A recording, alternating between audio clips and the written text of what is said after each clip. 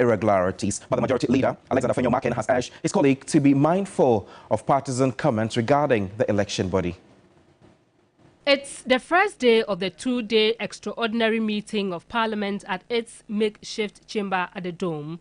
The Speaker, Alban Bagbin, in his opening remarks, urged MPs to desist from abusing Article 112 of the Constitution, which compels speakers to recall members from their recess. He says he recalled the House based on 3 motions. A 250 million IDA financing agreement, some tax waivers, and 3, a possible reconsideration of a decision of the House on an earlier item that was taken on the 30th of July 2024. In his remarks on the floor, the Minority Leader, Dr. Kaysel Atuforsen, expressed reservations about the Electoral Commission, but the Majority Leader, Alexander Afenyo-Markin, called for calm. The Electoral Commission has admitted that the voter register is riddled with irregularities and flaws. I dare say, Mr. Speaker, the scale of these irregularities is such that someone may have tampered with the voter register database. Mr. Speaker, I'm sorry to say that we cannot vouch for the integrity of the voter register as it stands at the moment. The details of these irregularities are so fatal and cannot be accepted. We therefore demand a forensic audit into the voter register database. I would want to plead with my respected colleagues to say that the Electoral Commission's register for the 2024 election is not credible, it's very rich. Where we identify challenges, let's take these challenges on board. Let's not attack the Electoral Commission and erode the confidence that people have in the Electoral Commission and our democracy. Issues of the Electoral Commission were of concern to other MPs. There's been happenings in my Tamale South constituency of an easy transfer of voters from Tamale South to Pusiga. Maybe the committee responsible for the Electoral Commission or your good self may want to invite her. Mr. Speaker, the Electoral Commission has 75,000 biometric devices which will be used for purpose of conducting the presidential and parliamentary elections on December 7th. Mr. Speaker, those biometric devices, we have to subject it to some technical audit. 1, to know the state of their batteries. 2, the state of their adapters.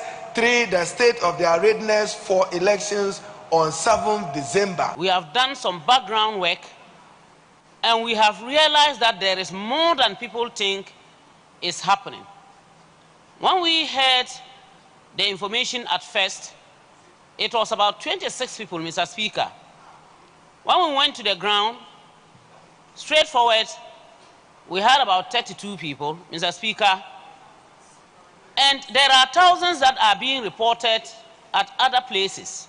This isn't just a mistake. The clerical errors contained on the forms, Mr. Speaker, the Electoral Commission must take urgent steps to correct them. Otherwise, if colleague contestants sign off with those declarations, they'll be digging their own graves.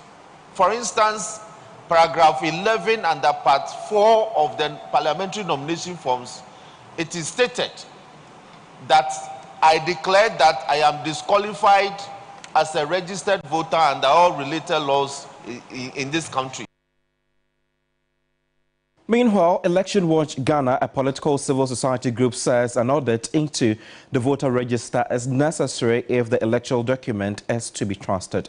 Mark Ewusi Akor as the convener of the Election Watch Ghana. We have asked for an audit into the register long ago when we wrote to the Right to Information to give us details of the Electoral Commission's biometric registration kit, just so that we can be able to monitor the machines that are being used to register people during the limited voters registration and then during the mop-up. Unfortunately, the RTI and the Electoral Commission came together and did not heed to our call. We think that this is settlement to our democracy, and it is a blatant slap as far as democracy is concerned.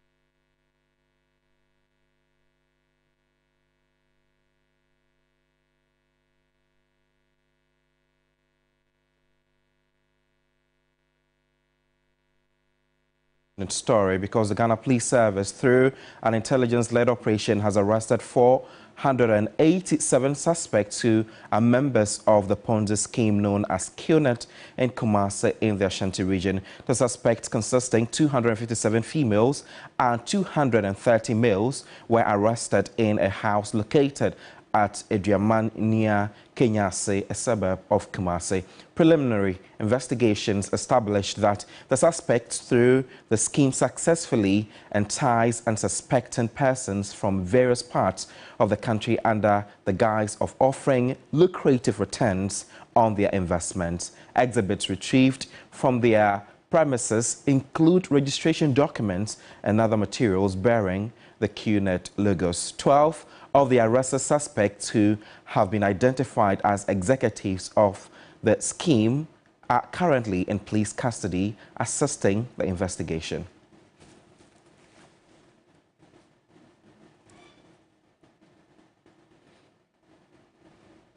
This broke yesterday and touched many. The tragic death of Edward Bokiti Saki, a final year student of O'Reilly Senior High School, has sparked outrage and renewed scrutiny over the alleged negligence of school authorities. Edward, who was fatally stabbed by a fellow student on campus, was reportedly left unattended to until other students intervened to transport him to a nearby health facility, where he unfortunately lost his life. This latest incident adds to the growing list of student fatalities, raising urgent concerns about safety in senior high schools. Recent incidents in several senior high schools across the country have sparked intense debate over alleged negligence by school authorities, leading to the tragic deaths of students. This disturbing trend has raised serious concerns about the responsibilities of school leaders to ensure the well-being of their students, prompting urgent calls for greater accountability and improved health care in educational settings. On February 5 this year, a first-year student at the Brigale Senior High School in the Eastern region lost her life after allegedly being denied medical attention by the school nurse. The nurse reportedly accused her of feigning illness. Just a week earlier, the parents of Kester Vaji, a 19-year-old student at the Kimswedro Senior High School, claimed that the school management had refused to grant their son permission to seek medical help, ultimately leading to his death on February 1. Kester was reportedly told he did not appear ill enough to warrant an excusal. On February 20 this year, a 17-year-old student at Kalpohin Senior High School died after the senior housemaster allegedly failed to provide timely medical assistance. Now, fellow students who witnessed their peer vomiting at the school entrance attempted to alert the housemaster on 2 occasions before finally taking the student to the hospital. Unfortunately, it was too late. In another heartbreaking incident, Theophilus Ansa, a final year science student at Ghana National College in Cape Coast, passed away following a brief illness. His family has alleged that negligence by school authorities contributed to his untimely death. The most recent case involves the death of Edward Bokiti Saki, a final year student at O'Reilly Senior High School. Now, Edward was reportedly stabbed multiple times by a fellow student on campus. Allegations suggest that Edward lay in a pool of blood for well over 20 minutes in the presence of teachers before other students arranged to transport him to the nearest health facility.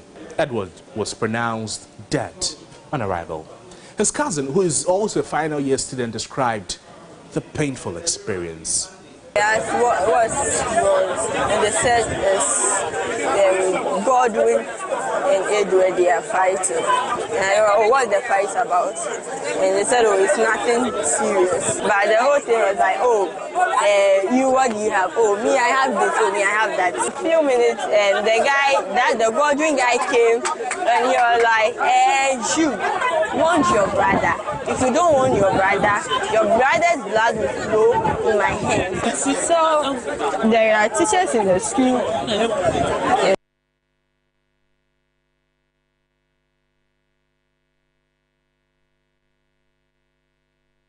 we were sitting under the tree. That's in the school compound. What's happening? And your uncle was not around.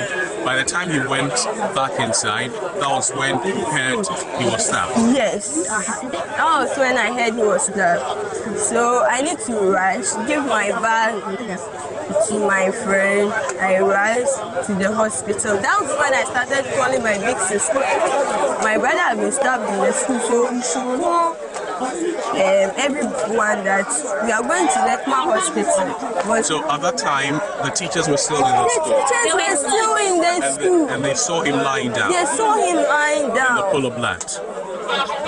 They didn't say anything. No teacher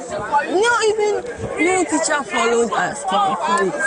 Well, Edward's father, Enoch Saki, says all they want are answers. The school authority have not said anything from yesterday up to now.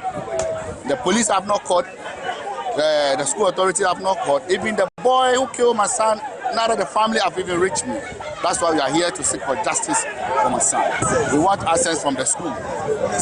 From the school authority. The parent of the boy.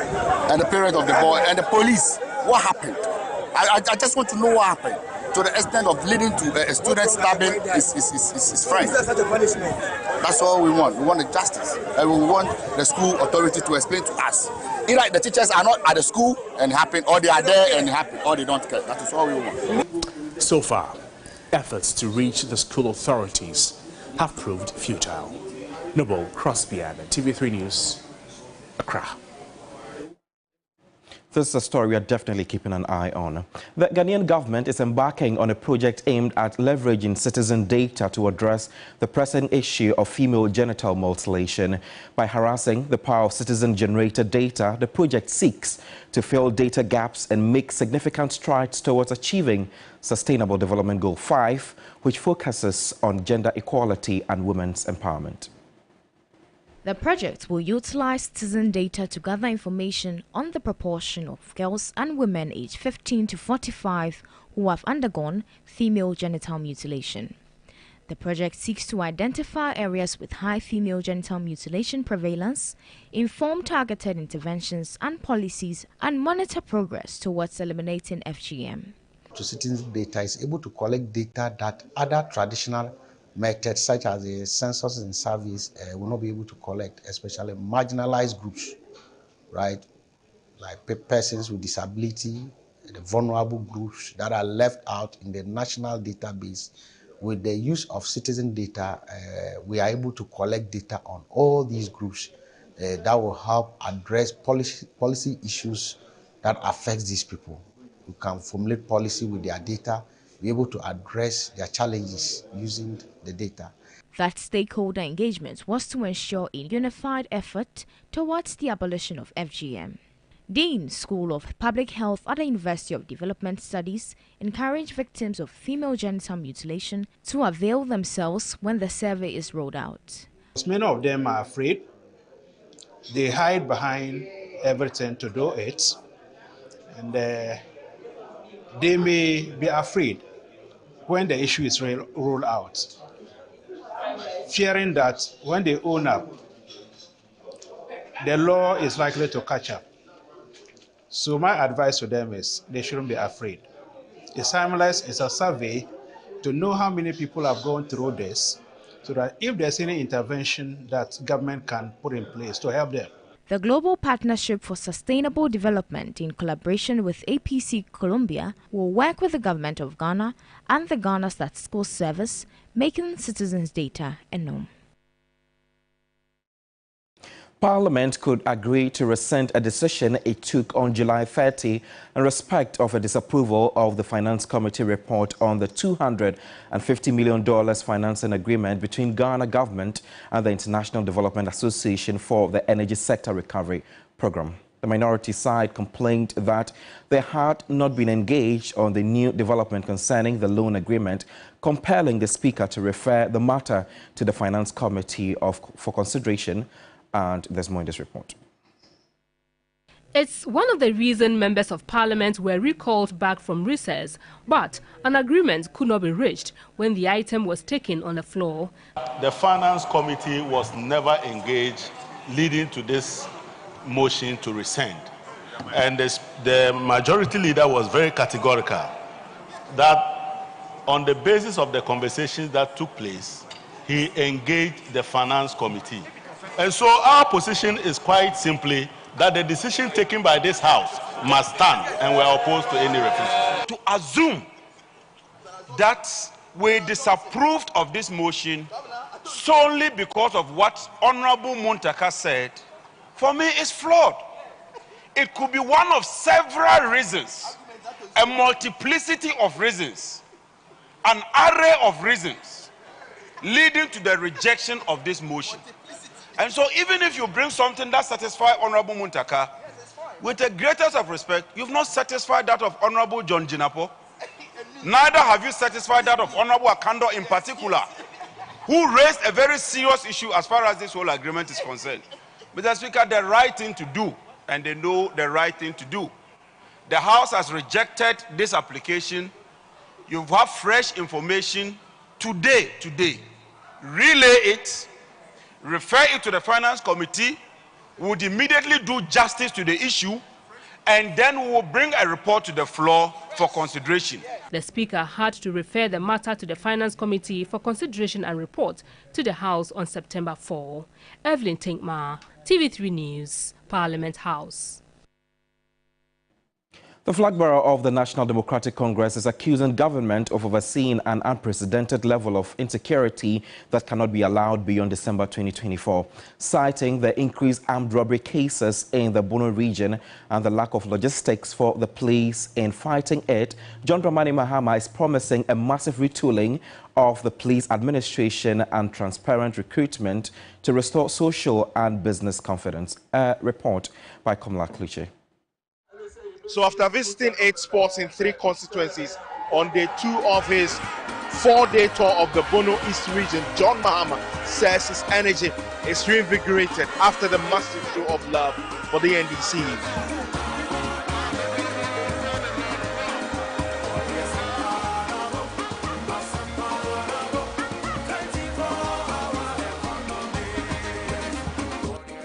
Kintampo South, Pru East and West was the main focus. But in EAG of the Pru East constituency, the clamor for change was overwhelming the NDC reads. We were told the SHS was free. The things we are made to buy is unbelievable. If he cancels it, it will be a big disappointment to me.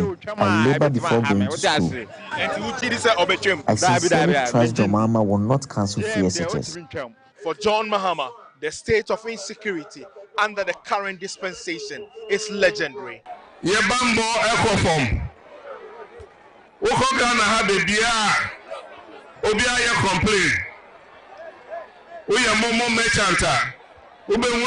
There's so much insecurity in the country. Robbers have gone on the loose. Government has lost control of the situation. Well, I'm telling the robbers, the free will you had to operate under the NPP, the NDC will not countenance it. Then a promise he firmed up to the people of an improved livelihood.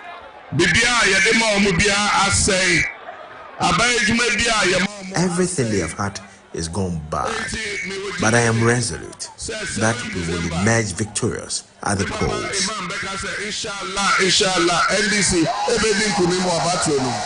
But as he wraps up his campaign in Zamraba of the Pru West constituency at midnight, the NDC flag bearer says he does not take their support for granted. Kamala Kluche, TV3 News, Zamraba. Ghana is reviewing its maritime laws to reflect new and emerging trends in the blue economy, including piracy mechanisms, improved boundary dispute settlements, environmental protection, and climate change. Speaking at the International Conference on Ocean Governance, Deputy Attorney General Diana Asunabadapa highlighted the need for a robust legal framework that addresses the complexities of ocean governance. As an abundance of marine resources, including fisheries, hydrocarbon reserves, inland waterways and ports that are located along important international shipping lanes. They present the country with opportunities for ensuring food security, bridging income inequalities, attracting foreign direct investment, increasing domestic productivity, and enhancing trading conditions. But regulations in this area have not been desirable. Pursuing legal reforms that will enhance our capacity to manage our maritime resources more effectively and sustainably. These reforms include we are updating our laws to address emerging issues such as climate change, pollution, and the need for greater protection of marine biodiversity. We are also exploring innovative legal mechanisms that can facilitate the sustainable development of our blue economy. The contribution of the maritime industry to the economy of Africa is huge, representing over 80% of Africa's trade. Interior Minister Henry Korte charged African leaders to harness the wealth of the blue economy. African governments should deliberately invest in resourcing states, agencies responsible for maritime delimitation with state-of-the-art equipment, the latest technologies and capacity-building initiatives. By leveraging technology, such as virtual buoys, we can indicate maritime boundaries more clearly, prevent overlapping territorial claims, and guide law enforcement agencies. The Ministry of Fisheries and Aquaculture assured of increased investment in the sector. We are investing in advanced monitoring, control, and surveillance systems. These include satellite-based vessel monitoring system, patrol vessels, and drones, which enable us to monitor our waters more effectively and respond swiftly to illegal activities. The International Conference on Ocean Governance is in partnership with the Norway government and other stakeholders to discuss policies, regulation, and best practices in the maritime industry. That's how we end the morning news here on TV3. My name is Godwin Asideba. New Day continues shortly right after this break. Stay with us.